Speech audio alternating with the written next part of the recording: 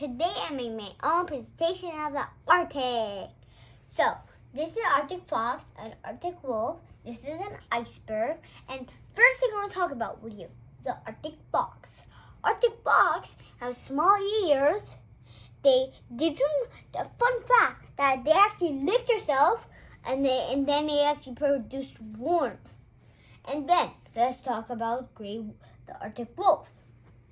Arctic wolves have ears that are pretty big, and and fun fact, they're really fast.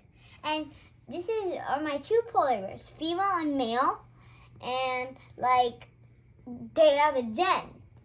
And look, this is a snowy owl. They feast on a lot of things like rodents, even Arctic foxes. Do you imagine? Because the Arctic foxes are so small, and snowy owls actually have babies, and they can actually do something cool too. The babies actually have different colors than white. Before they have brown. And now I have a walrus I want to tell you about. A walrus is it has two teeth that are big, and what else? They have blubber inside to keep them warm. Now let's talk about a Harper seal. Harper seals have to learn for their mother have to swim. In 2019, the baby Harper seal drowned. And that's a big tragedy because the global warming melted the ice and they couldn't swim yet. So, but this time, I want to tell you, this is a beluga whale. Beluga whales actually they have suction, but they don't have big teeth. They only eat fish. And this time, I want to tell you something cool, guys.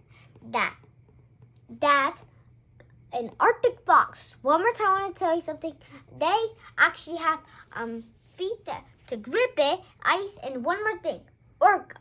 An orca is a mammal, so it has to breathe up for air. Then I have a blue whale that migrates to Arctic. And what else?